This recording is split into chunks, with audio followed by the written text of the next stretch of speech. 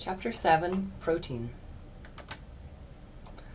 Protein is used in the body to build and repair muscles, to grow your hair and fingernails, to produce hormones and enzymes. It will help boost your immune system, replace red blood cells, and it actually can be a potential source of energy if we don't eat enough carbohydrates. Protein can be found in meats, dairy products, soy products, legumes, which are basically things that grow in a pod, like peas and beans, whole grains, and nuts.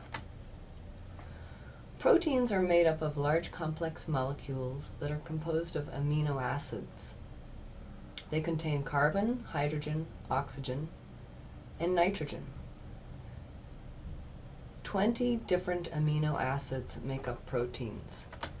Of these 20, 9 of them are essential amino acids. They cannot be produced by the body and have to be obtained from food. Non-essential amino acids are basically the ones that can be made by our bodies, and there are 11 of those. You should never take individual amino acids because the natural balance that you get from the proteins in food is better used in your body. So it works well, it also tastes better, and certainly costs a lot less. Complete proteins are foods that basically come from animal sources and contain all 9 essential amino acids. So examples would be meat, milk, and actually soy, which is a plant food. The incomplete proteins are those that do not contain all 9 essential amino acids. They're considered low quality proteins like plants. But you can take low quality proteins and combine them into what we call complementary proteins. And notice the spelling, it's an E in there instead of an I. So they complement each other, they help each other. So examples would be grains and beans and legumes, rice and beans, bread and split pea soup, tofu and brown rice, cornbread and chili made with kidney beans. And these can be eaten over the course of the day. They don't have to be eaten together in one meal, so it's actually pretty easy to get these complementary proteins so that you have enough protein. Who actually needs more protein? Well, children, adolescents, pregnant or lactating women, and athletes. The guidelines are, according to the AMDR, 10 to 35% of the total calories. Now keep in mind, someone who needs 35% of their total calories from protein is likely to be an accident or a burn victim, so those numbers would be much lower for the general population. The RDA for protein is 0.8 grams per kilogram of body weight, and if you want to figure that out for yourself, and you typically understand pounds, then just take your weight in pounds and divide it by 2.2 so that you can use that formula with your kilograms. Our fitness clients, the guidelines are 12 to 20% of your total calories for protein, and 0.8 and really up to about 1.5 grams per kilogram, but we put 2.0 there because that is the maximum level we want people to go to. Individual needs vary. Here are 3 different groups that may need more protein. Endurance athletes, because actually they can tap into their glycogen sources and they will need to replace some of their glycogen, and they will use protein during very, very, very long runs. Dieters may use protein to create glucose, and they're not going to be using it for muscle repair. And growing teenage athletes need protein for body growth and muscle development. If you have a client who has never lifted weights before, they're untrained, they need extra protein to build muscle. Many athletes get more than they need, however. Athletes really need about 1 to 1.5 grams per kilogram.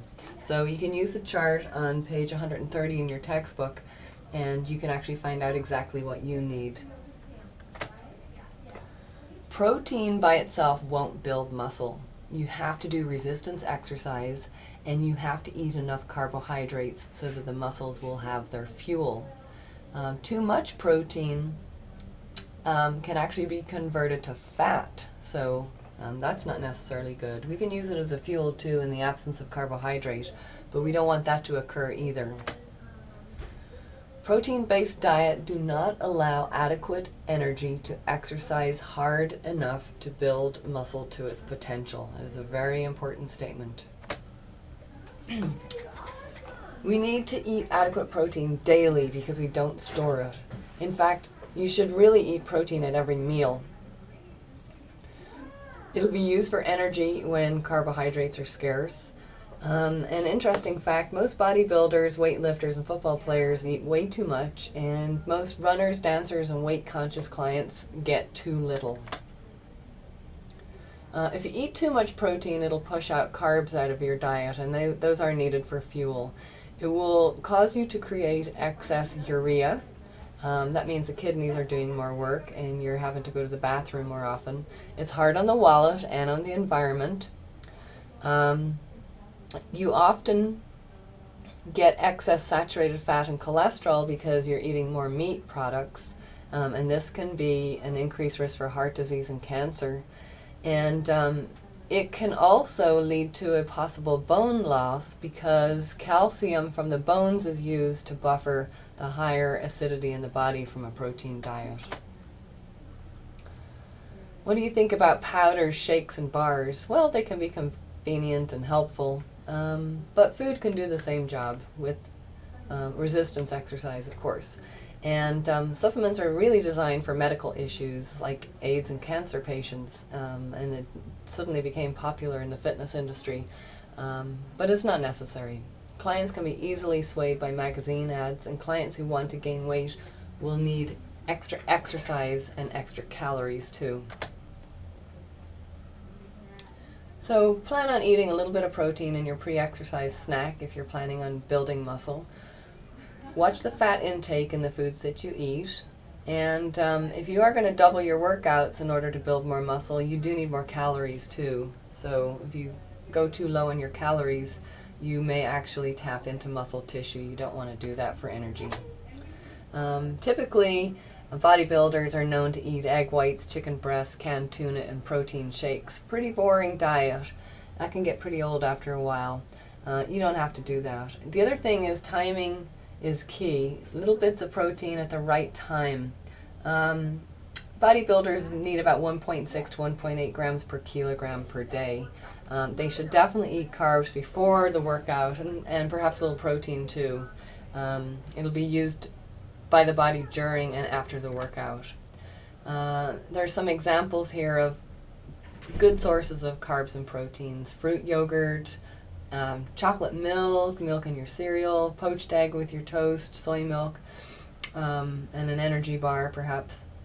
You have a 45-minute window in order to get that into your body, and you should probably eat every 3 to 4 hours throughout the day. After 4 hours, the body is definitely low on glycogen. Whey protein, well, it's fast acting, that's why it's popular. However, you can get it in milk and milk powder. It absorbs quickly into the bloodstream and it goes straight to the muscles. So, but drinking milk will do the same thing for you. It is a source of branched chain amino acids, which you probably have heard of, which contain leucine, isoleucine, and valine. And basically kind of saying the same thing here again. There's a bioactive growth promoting compound in food that is not available in the protein powders and the amino acid powders. If you're just exercising casually, there's really no need to get obsessed with protein. And remember, your maximum potential is actually genetic. Vegetarianism. A vegan is someone who absolutely eats no dairy, eggs, or animal protein, that they're strictly plant food. A semi-vegetarian is someone that just doesn't eat red meat, but they will eat other meats, plus plant foods. An ovo-vegetarian will only eat eggs and plant food. A lacto-vegetarian will eat only milk and plant food. A lacto-ovo-vegetarian allows themselves to eat eggs and milk. And a pesco-vegetarian is someone who eats fish along with plant food. Some of the reasons for vegetarianism are they're hard to digest. They have a hard time digesting meat. They feel it's good for their health. They feel it's unethical to eat meat, and they may feel it's harmful to the environment.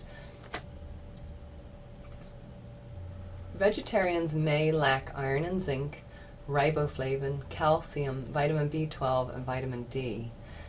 So they may need supplements if they're not getting these nutrients, and they should talk to a registered dietitian after they've had blood tests.